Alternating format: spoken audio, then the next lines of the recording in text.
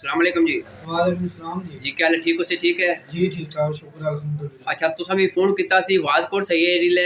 ते मैं क्या तुसा कोल 3-4 दिन पहले तुसा फोन किया सी जेड़े 1,03,000 ने हवाले नाल जी ठीक है। जी सर। तुसा ये दसो पहले तुसा कदों गिरफ्तार होए सो? मैं जी 7 तारीख गिरफ्तार होया। पहले नहीं जी जी तुसा शराब कितनी सी वाकई 12 बोतल आया सा जी ना सर मार को एक बोतल सी। तो एक बोतल पीती हुई ऐसे शराब ले जी उसला पीती भी आया सी। ते 282 ग्राम चर्च लिखी है पर्चे जो वाकई सही है इसी तो जी ना सर जी मार को चाहती सी शब्द पाई तुसा एक गल दसो वो इतना चार सिगरेट ये तो कुछ भी तुसा नशा तो ना करने कुछ भी बंदे को पूछो वो इतना चार सिगरेट चार से कितने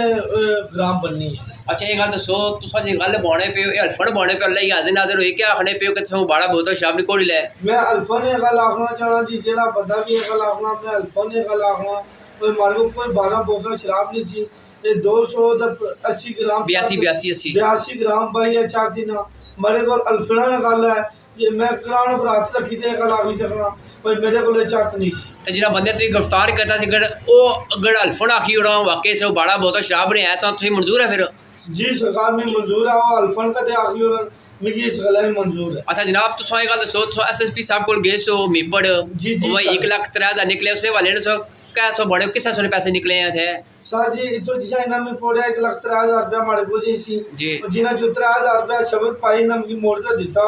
यहाँ तक कि ना चुके टुके हुए सब पैसे समझी गयो ये 3,000 रुपया मैं मोड़ के दिता ने बस और मार को कोई पैसे अच्छा अच्छा हुन मी बन दे जरा मी गल्ला दो त्रै पूछन दियो जी जी ये 2000 है 1000 कुदरा और से जो ज़ार इसने तो रुपये है। अच्छा जनाब ये दसो मिगी ये चूहे को ये सही हो? हाँ ये सही है और टुके को 3,000 रुपए रहने और देते टुके हमारे 500 कम तो कुछ गया 1000 सी 3,000 सो बन गए 3,000 रुपया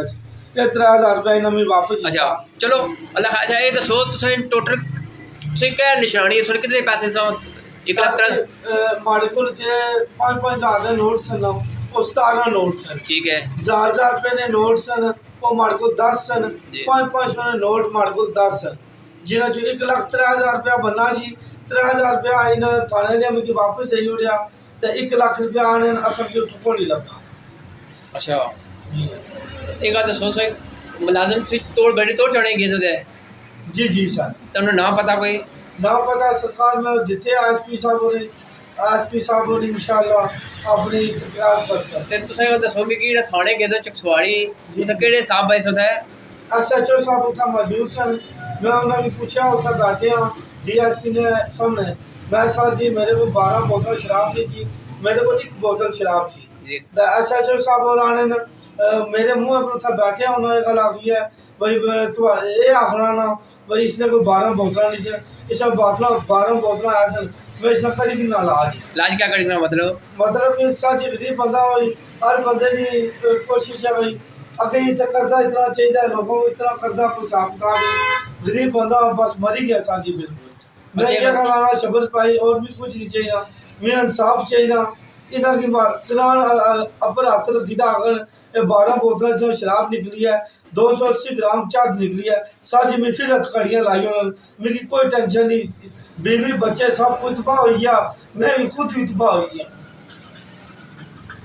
ते DSP साहब भाई से उन्होंने गल बात भाई उसी को तो पैसे नहीं दे सकते उन्होंने 3-4 दिन टाइम दिता सी आज चौथा दिन का फोन करना जाने करना। अच्छा गल दसो तुसें जेह्ड़ा मैं इंटरव्यू दी दी होशवाजन दी दी होशवाजन दे दिया साथ इसकी पब्लिक करी उड़ा सोशल मीडिया लाई उड़ा जी बिल्कुल लाओ जी ठीक है ते जनाब SSP साहब में गुजारिश करना खुदारा इस गरीब बंदे ने बारे सोचो ये आखना पे खुद मैं कराने बात रखी सकना मेरे को 12 बोतल कोई शराब नहीं लै मेरे को एक शराब की बोतल ऐसी मैं पीती सी मैं नशे भी सौ ठीक है तो बाकी तरह चाट कितने सिगरेट कितने चढ़ से सिगरेट कितने बन रुपए तकरीबन कुछ भी नशा ना मतलब कुछ भी जो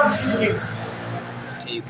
ते इन्ना 282 ग्राम भाई है इतनी चाकरी सिवाना अके सच्चे अल्लाह की हाजिर नाज़िर रखीदा आना एक रान पर हाथ रखन आखन 280 ग्राम चाट चीजें निकली है 12 बोतल शराब निकली है मुझे फिर पड़ियां लाई मुझे कोई जीने मरना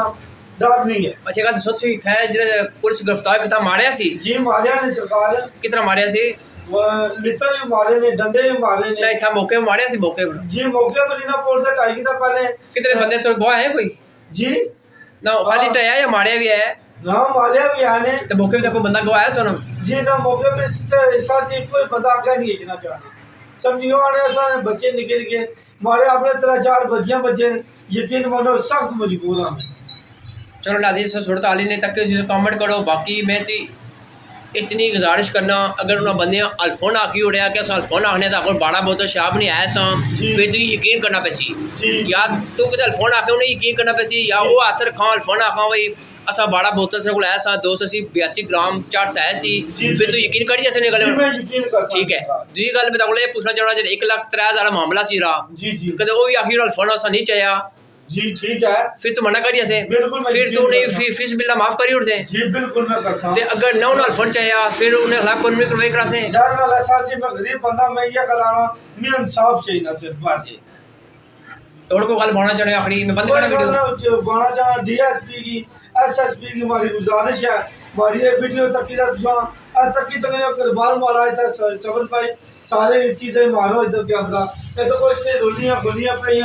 मच्छी जी ऐसी हो भी खराब होगी तो मैं बिल्कुल लाचार हुई। अच्छा हूँ एक माड़ी गल आखिरी बुझी गई ना जी वीडियो अपनी मर्जी ने लवाई है जी जी बाद दिले पुलिस और भीड़ दी चाड़ी में वीडियो कटना ना ठीक है होश वाज गल करती है आज नहीं कोई नशा किया जी ना सर चलो ठीक है नाज़रीन सोनी गल बात सुनती उसी तो बाकी मैं एसपी साहब इतनी गुजारिश करना खुदारा कोई खुदा ना खौफ पड़ी के इस गरीब बंदे इंसाफ दिलो ये खुद मनना कि मैं शराब पीती शराब जुलम एक बोतल शराब बनी सी 1000 रुपये चढ़ समाना पे जी बिल्कुल 1000 रुपये चढ़ सी को ऐसी नाज़रीन तो बाकी नाज़रीन रनवायत तुसा दियो कि ये बंदा सही है या पुलिस ने सही है तो बाकी इस बंदे आके कि नाम है पुलिस ने उत्थे दिते एसपी साहब की और रिक्वायरी करना मिगी इंसाफ लभना चाहिए ये गल जनाब ठीक है नाज़रीन अल्लाह हाफिज़ कोई गलती मेरे को तो मैं माफ़ी चाहना तो लेकिन मैं सिर्फ इतनी गुजारिश करना खुदारा हक सच ना साथ दिया करो हक सच ना साथ दिया करो तो पुलिस की रात मैं गुजारिश करना तुम अपने फोटो सेशन मानिया इस बंदे पर अगर शराब की बोतल बही है तो तुम अल्लाह नहीं माफ़ करना का अल्लाह नहीं माफ करा अल्लाह ने जात बड़ी बेनियाज है इंशाल्लाह बेहतर सी ठीक है मैं नमाज पढ़ते से जबल पाई दुआ करना जिन्हें मानना की अल्लाह उन्हें अमल करा है समझी गयो मैं गरीब बंदा सब कुछ क्या खाना था अपने बच्चे का पेट पालना था